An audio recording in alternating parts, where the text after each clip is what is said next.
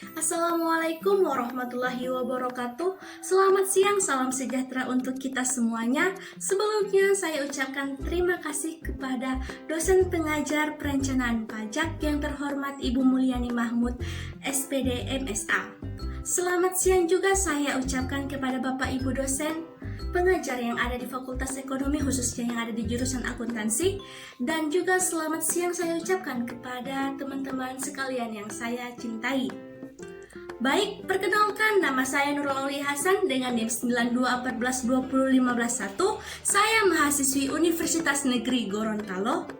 Saya angkatan 2020, sekarang saya di Fakultas Ekonomi jurusan akuntansi. Sebelum saya menjelaskan tugas ini, saya punya kutipan yang saya kutip dari Bapak Albert Einstein, yaitu hal tersulit yang dipahami di dunia ini adalah tentang pajak. So, pada video kali ini saya akan menjelaskan tugas yang diberikan dengan materinya yang berjudul Dasar-Dasar Perencanaan Pajak. Baik, soal nomor 1. Manajemen pajak adalah strategi mengendalikan, merencanakan, dan mengkoordinasikan aspek-aspek perpajakan dari sisi yang dapat menguntungkan nilai sistem perusahaan dengan tetap melaksanakan kewajiban perpajakan secara peraturan dan perundang-undangan. Perencanaan pajak itu sendiri merupakan salah satu bentuk penerapan manajemen pajak. Lalu jelaskan motivasi wajib pajak melakukan perencanaan pajak menurut pendapat saya. Baik, menurut pendapat saya yaitu motivasi wajib pajak melakukan perencanaan pajak yaitu mencakup 3 unsur. Yang pertama, kebijakan perpajakan atau tax policy, di mana kebijakan perpajakan itu merupakan suatu alternatif dari berbagai sasaran yang hendak dituju dalam sistem perpajakan. Lalu yang kedua ada Undang-Undang perpajakan atau tax law, di mana undang-undang perpajakan itu merupakan sesuatu yang mengatur setiap permasalahan secara sempurna, namun pelaksanaannya itu diikuti ketentuan-ketentuan pelaksanaan. Tidak jarang ketentuan itu bertentangan dengan undang-undang. Yang ketiga ada administrasi perpajakan atau biasa disebut dengan tax administration, di mana administrasi perpajakan itu merupakan suatu untuk memaksimalkan laba setelah pajak, karena pajak itu diikuti atau mempengaruhi dalam pengambilan keputusan atas suatu tindakan dalam operasi perusahaan, di mana untuk melakukan investasi dengan cara menganalisis secara cermat dan memanfaatkan peluang atau kesempatan yang ada.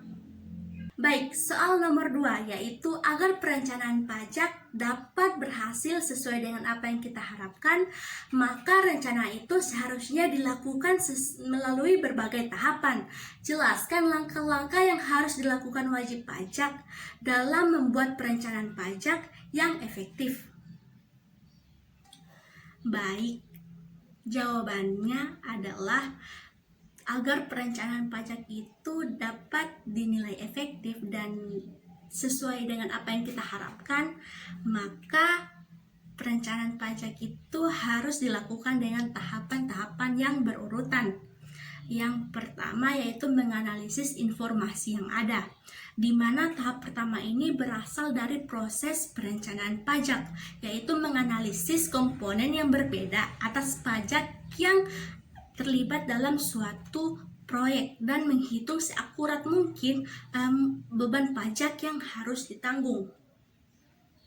Yang kedua yaitu membuat satu model atau lebih rencana yang kemungkinan besarnya pajak, di mana model internasional perjanjian internasional ini dapat melibatkan satu atau lebih atas tindakan-tindakan yang dilakukannya itu, yaitu pertama pemilihan bentuk transaksi operasi atau hubungan internasionalnya. Yang kedua yaitu pemilihan negara asing sebagai tempat melakukan investasi atau menjadi residen dari negara tersebut. Yang ketiga yaitu penggunaan satu atau lebih negara tambahan.